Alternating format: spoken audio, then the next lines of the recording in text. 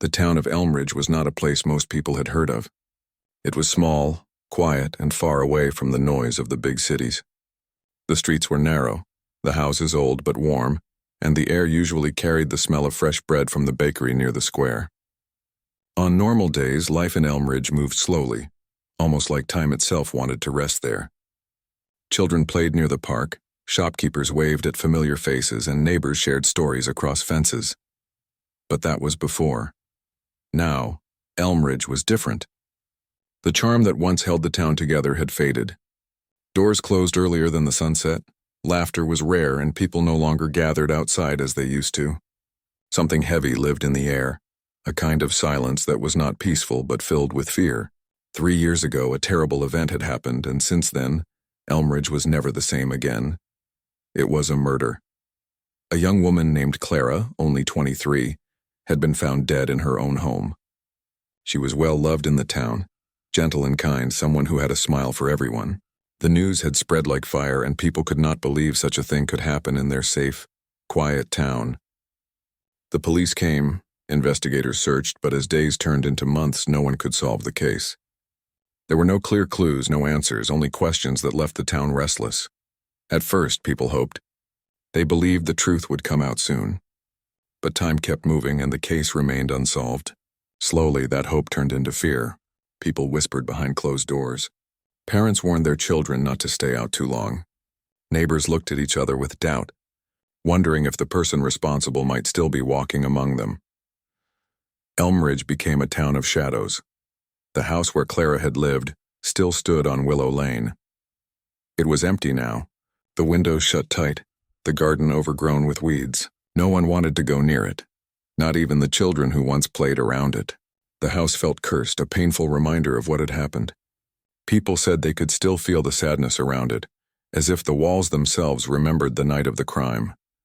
For 3 years, the case stayed locked away in the police files. The detectives who had tried to solve it eventually gave up, saying there was nothing more they could do. The town was left with silence, and the silence became part of its identity. But then everything began to change again. A man named Adrian Cole arrived in Elmridge. He was not famous, not the kind of detective people read about in newspapers. He lived a quiet life, kept to himself, and carried a sense of calm that others noticed right away. Adrian had solved cases before, but he had also known failure. He had seen families break, he had seen lives lost, and those memories often weighed on him. Still, he carried one belief strongly in his heart. Every mystery had an answer, and every story deserved to be heard. When Adrian first heard about Elmridge, it was only by chance. He was visiting a nearby city when an old colleague mentioned the unsolved murder in the little town that no one could fix. Something about the words stayed with him. Maybe it was the sadness in the story, or maybe it was the thought of a town trapped in fear. Whatever it was, Adrian decided he could not ignore it. He took the job, even though others had failed before him. His arrival in Elmridge did not go unnoticed. The townspeople were curious but cautious. They had seen detectives come and go, each one leaving without answers. Why would this man be different? Some looked at him with hope, while others shook their heads, believing it was only another wasted effort. Adrian did not mind. He was not here for approval. He was here for the truth. The first thing he noticed about Elmridge was the silence. It was not the silence of peace, but the silence of fear. The streets seemed too empty, the smiles too forced. People still carried on with their lives, but beneath their routines was a constant tension, as if they were always waiting for something to go wrong. Adrian spent his first few days simply observing. He walked through the town square, watched the children play, visited the bakery, and greeted the shopkeepers. He wanted to understand not just the crime, but the people. A crime was never just about evidence. It was about lives, emotions, and choices. At night, he walked past the house on Willow Lane. It stood there like a lonely figure, its windows reflecting the moonlight. Adrian paused in front of it, imagining the life that had once been inside. Clara had lived here, laughed here, dreamed here. Now the house carried only silence. He felt the weight of the case pressing on him, but instead of fear, it gave him determination. The next day, Adrian visited the local police station. The officers were polite but distant. They handed him the old case files, thick with reports, photographs, and notes. He sat for hours, reading through every page. The details were familiar: statements from neighbors, evidence collected, theories that led nowhere. He read them not once but twice, carefully searching for something others might have missed. One detail caught his attention: Clara's diary. It had been found in her room, but several pages were missing. The report mentioned it, but did not explain why or where those pages had gone.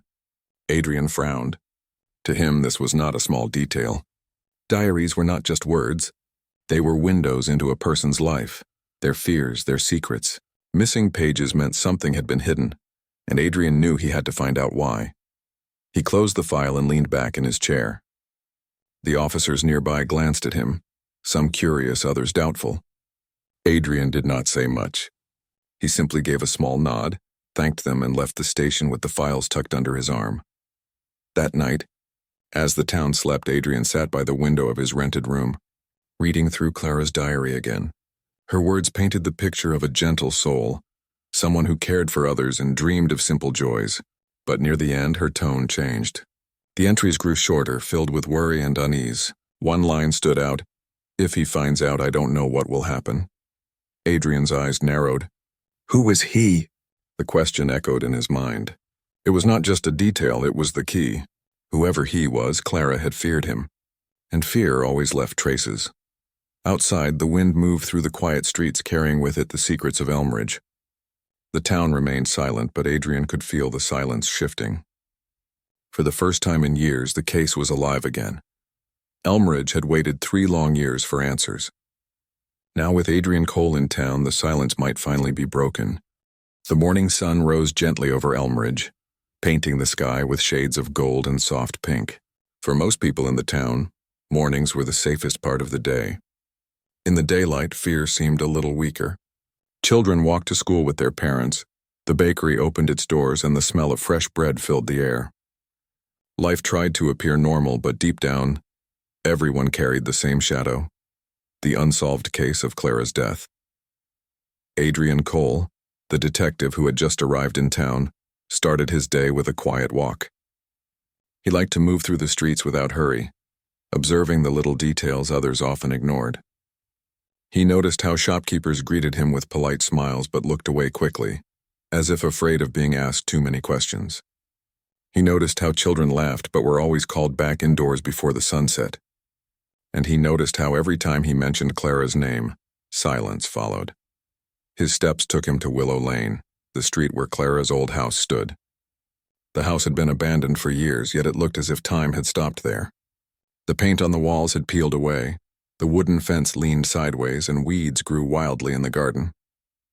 The windows were closed, covered with dust, and a broken curtain hung loosely from one side. Adrian stood at the gate, staring at the house. To most, it was only a reminder of fear, but to him, it was the heart of the mystery. If the truth was hiding anywhere, it was inside those walls. With permission from the local police, Adrian stepped into the property. The gate squeaked as he pushed it open, and the sound echoed strangely in the silent street. He walked up the path slowly, his shoes crunching on the gravel. Each step felt heavier, as if the air around the house carried the weight of the past. The door creaked as he pushed it open. Inside, the house smelled of dust and abandonment. Sunlight filtered through the cracks, falling on the wooden floorboards that groaned under his feet. The living room was empty except for an old sofa covered in a white sheet. The walls were bare, but faint marks showed where photographs had once hung. Adrian imagined Clara's laughter filling the space, her footsteps moving across the floor. It was a home once filled with life, now standing as a monument of silence. He moved carefully from room to room. The kitchen was small, with broken dishes still lying in one corner. The dining table had a single chair pulled back, as if someone had left in a hurry. In the bedroom, the curtains were torn, and the wardrobe stood open with nothing inside. But it was Clara's study room that caught Adrian's attention. The study was small, with a desk near the window. On the desk lay an old lamp and a stack of notebooks. Dust covered everything, but one notebook seemed different. Its cover was worn, but the edges looked as though it had been opened more often than the others. Adrian picked it up carefully and opened it. Inside were Clara's notes, lists, small sketches, and thoughts. It was not her main diary, but still, her handwriting filled the pages. He flipped through slowly, searching for something meaningful. Most of the pages were simple. Reminders to buy groceries, sketches of flowers, notes about her job at the library. But near the end, he found something unusual. Clara had written a single line, repeated 3 times. "Do not trust him." Adrian paused. The words were powerful in their simplicity. Who was him? Was this the same person she had mentioned in her missing diary pages? If so, then this was a clue the others had missed. He placed the notebook carefully into his bag and continued to search. On the floor near the window, he noticed scratches on the wood. At first they looked like random marks, but when he bent down, he saw they formed a faint shape, almost like someone had dragged a chair across the floor repeatedly. Why here, near the window? Was someone watching from outside, or was Clara trying to escape? Adrian noted the marks in his small notebook. Every detail mattered. He then checked the carpet in the living room. As he lifted one corner, he found something pressed into the wood beneath it. A small ribbon, torn and faded. It looked like it had once been part of a scarf or perhaps a gift wrapping. He carefully placed it in a small evidence bag. To most eyes, it might seem unimportant, but Adrian knew better. Objects carried stories, and sometimes the smallest item could speak the loudest truth. The longer he stayed in the house, the more he felt Clara's presence, not in a ghostly way, but in the quiet details she had left behind. Her handwriting, her sketches, the way her room was arranged. It was as if she had been trying to leave traces of her life, hoping that someone one day would understand. When Adrian finally stepped out of the house, the sun had moved higher, and the street was brighter. But he still felt the heaviness in his chest. Clara had been afraid. Her notes, her missing diary pages, and her repeated warning, everything pointed to a truth she had carried alone. As he locked the gate behind him, he noticed an old woman watching from across the street.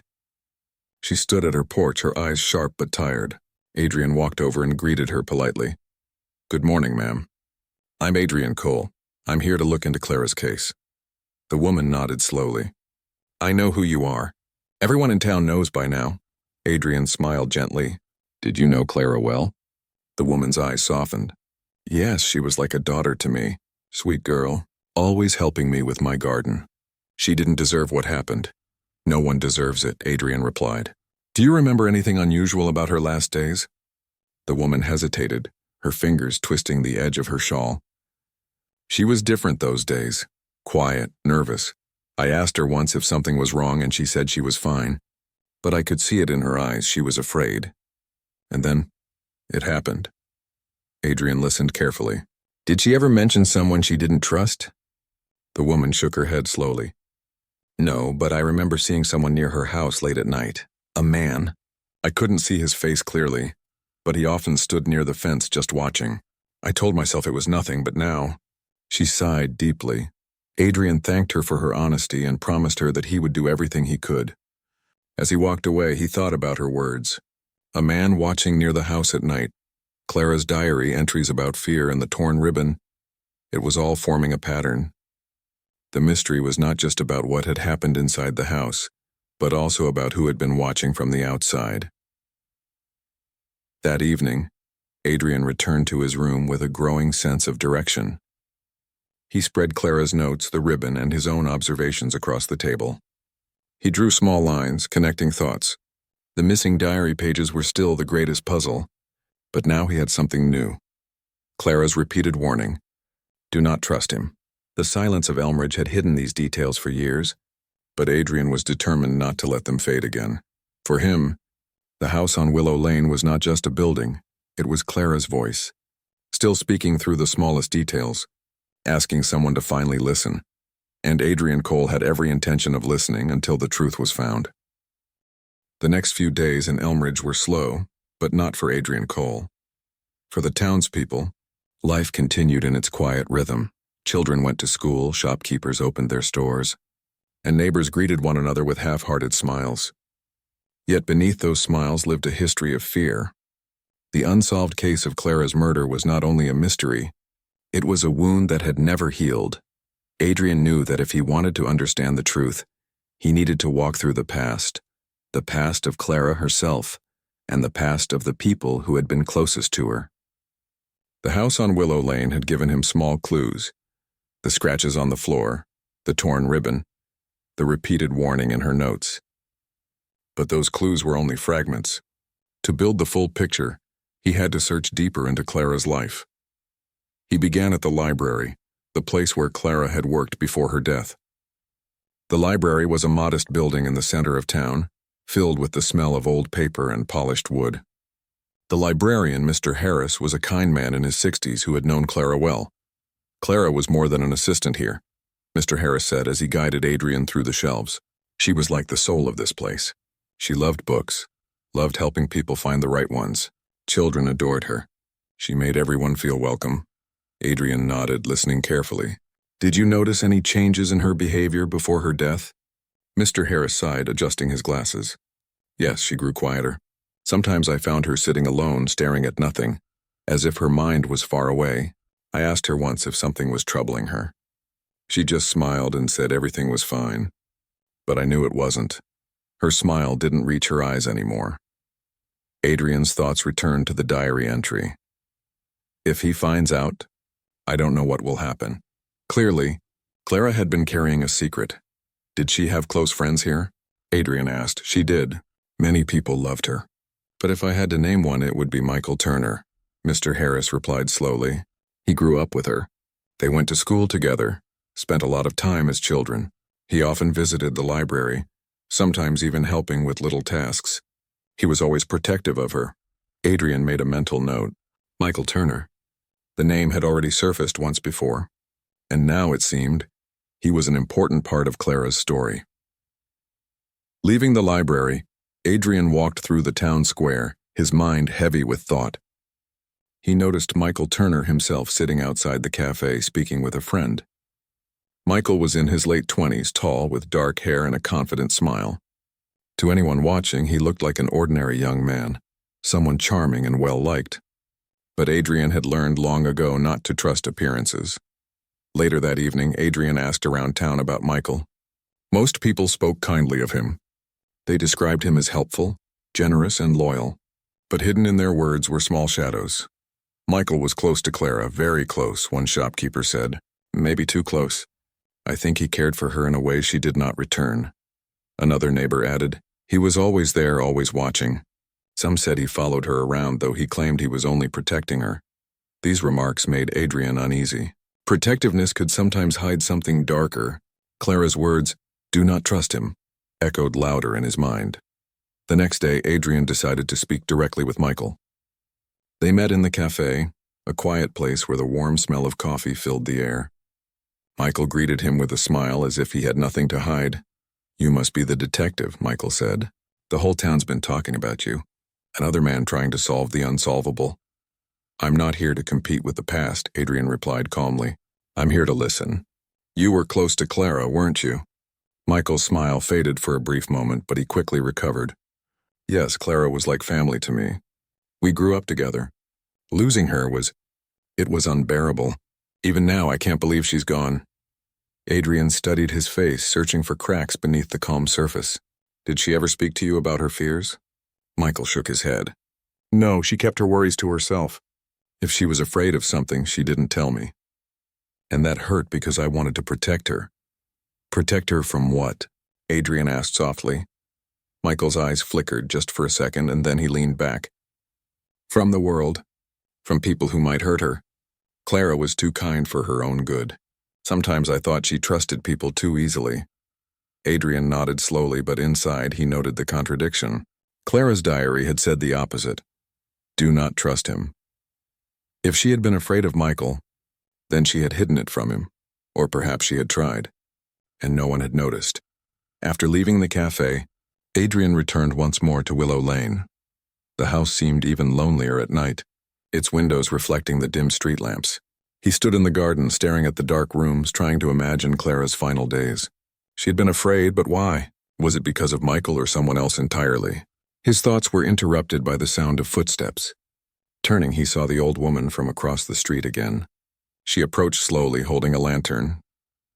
You're still here, she said softly. Yes, Adrian replied. I feel Clara's story is still inside this house. I just need to understand it. The woman looked at him carefully, then whispered, Clara came to me once, a few weeks before. before that night. She told me she was thinking of leaving Elmridge. She said she felt trapped. I asked her why, but she wouldn't tell me. She only said, I can't stay here. He won't let me live in peace. Adrian's chest tightened. He won't let me live in peace. Do you know who she meant? Adrian asked gently.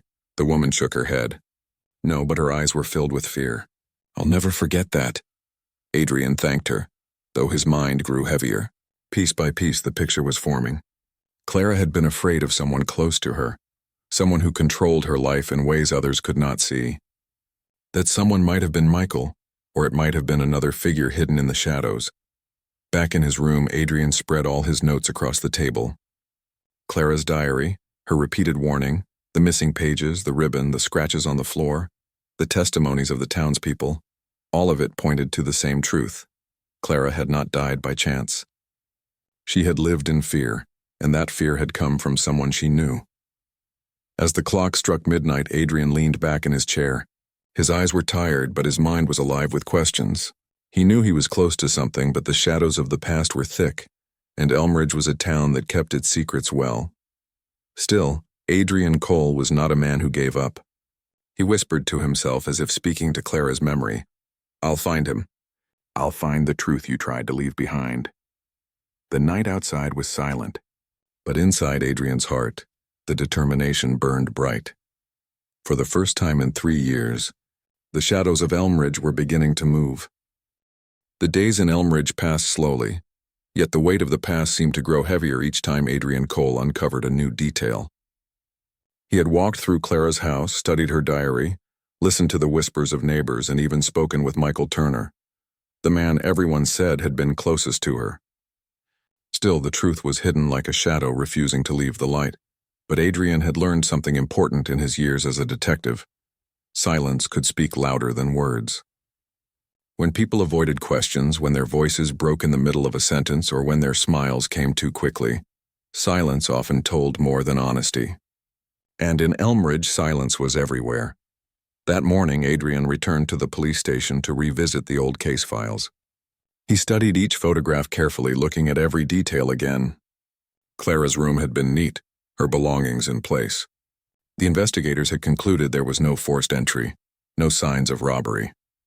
Whoever had been in her house that night was someone Clara had trusted, or at least, someone she knew well.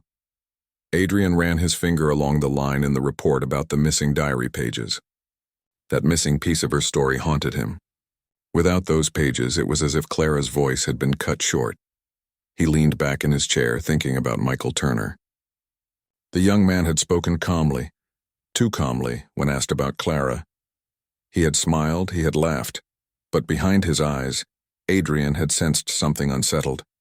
Clara's words, "Do not trust him," rang again in his ears. Later that afternoon, Adrian decided to walk by Michael's home. It was a modest house near the edge of town, with a small garden and a wooden bench on the porch. Michael was outside watering plants. When he saw Adrian, he paused, his smile cautious but polite.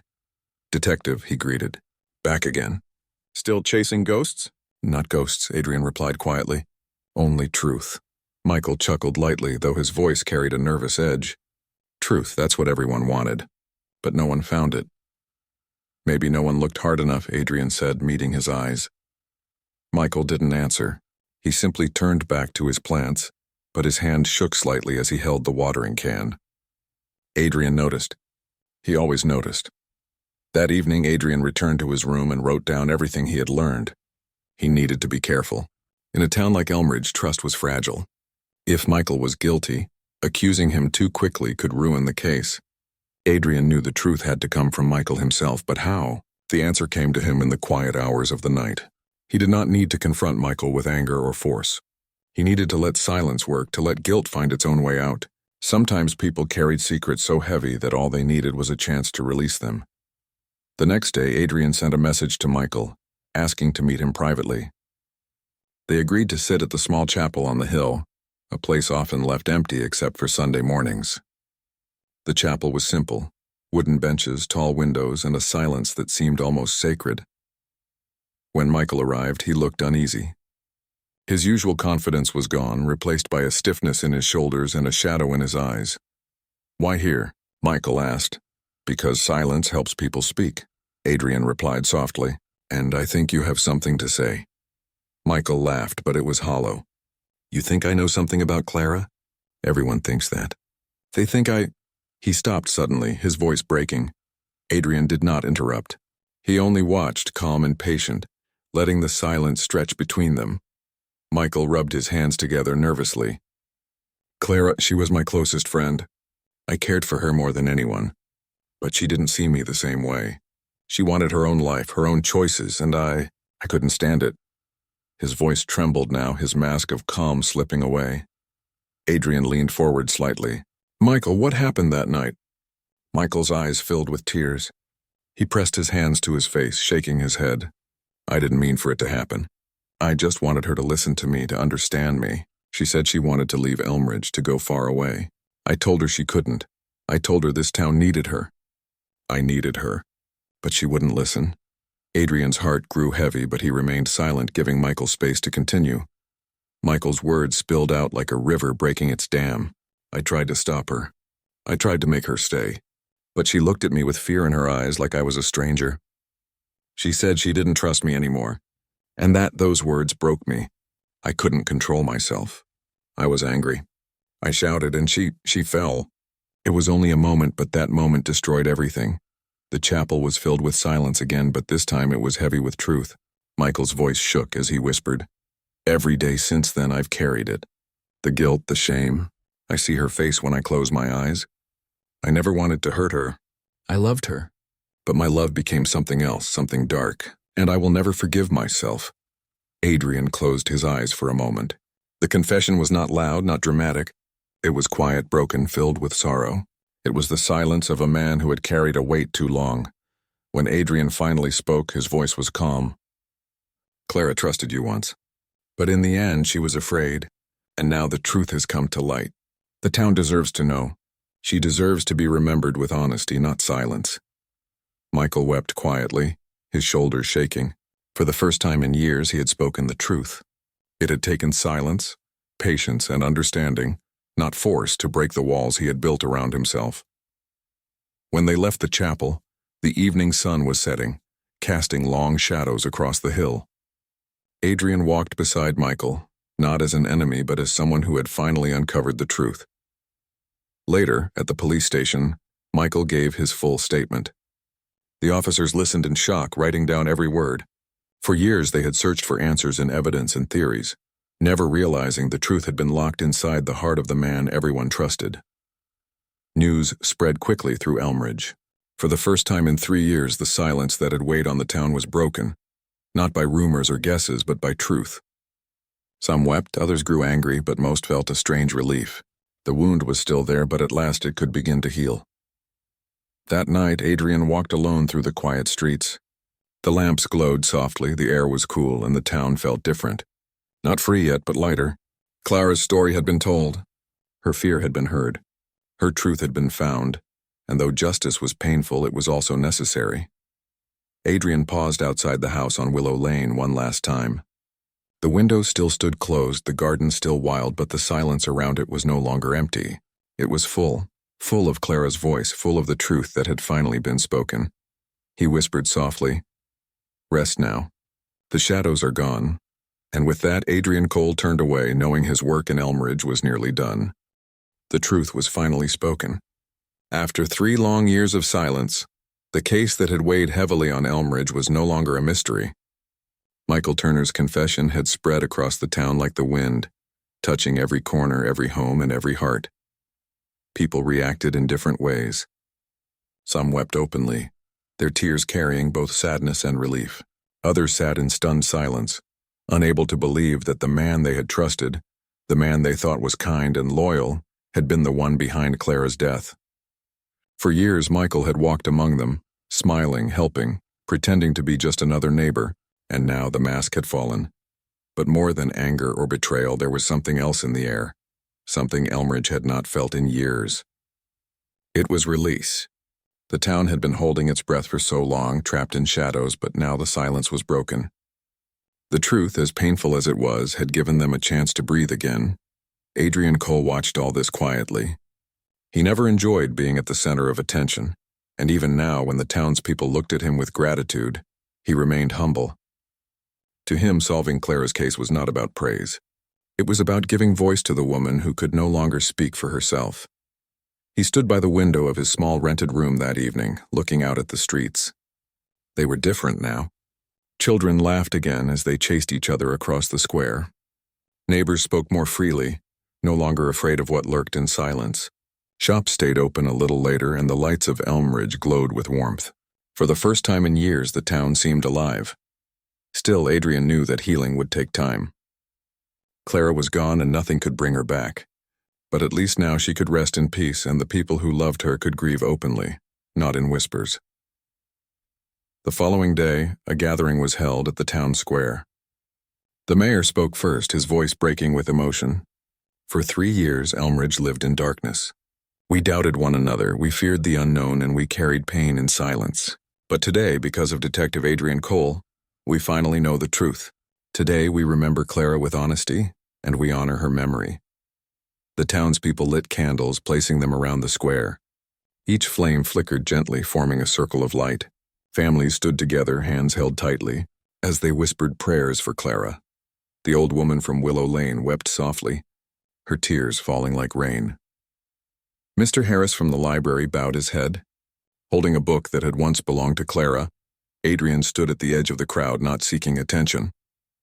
But as the candles burned brighter, a little girl ran up to him. She held a small flower in her hand and offered it shyly. "My mother said you brought Clara peace," the girl said. "This is for you."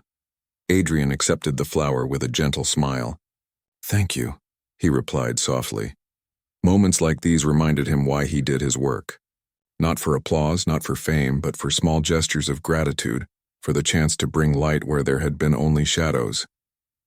In the days that followed, Elmridge slowly returned to life. People spoke more openly about Clara, sharing stories of her kindness, her laughter, her dreams. Instead of avoiding her memory, they embraced it. Her name was no longer whispered with fear, but spoken with love. The house on Willow Lane remained empty, but the fear around it faded. Children no longer avoided the street, and neighbors no longer crossed to the other side when passing by.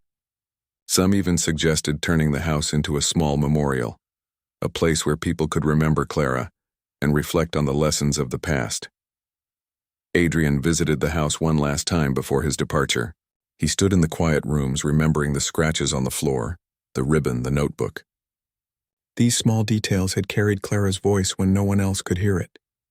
Now they belonged to history, he whispered softly. "You are not forgotten." When he stepped outside, the air felt lighter. The garden, though still wild with weeds, seemed less heavy. The silence was no longer suffocating. It was calm, peaceful, like a sigh of relief after years of holding breath. The morning Adrian prepared to leave Elmridge, many townspeople gathered at the train station to see him off. Some shook his hand, others thanked him with tears in their eyes. The mayor offered him a letter of appreciation, though Adrian folded it away quietly. "You've given us something we thought we lost," the mayor said. "You gave us truth," Adrian nodded. "The truth was always here. Clara left it behind. I only listened." As the train approached, the old woman from Willow Lane stepped forward. She placed her hand gently on Adrian's arm. "You've given Clara her voice back. For that, we will never forget you." Adrian's eyes softened. "Remember her, not me. Keep her alive in your stories." The train's whistle echoed through the valley, and Adrian stepped aboard. As the train moved slowly out of Elmridge, he looked back one last time. The town that had once been drowned in silence now glowed with light. Children waved from the platform, their laughter carried on the wind. Adrian sat by the window, watching as the fields rolled by. He knew his journey was far from over. There would always be towns like Elmridge, stories like Clara's, shadows that needed light. His work was not finished, but for now his heart carried a quiet peace. He had done what he came to do. He had listened to a voice hidden in silence. He had brought truth to a town that had been chained by fear. And in Elmridge, for the first time in 3 long years, the people could finally breathe again.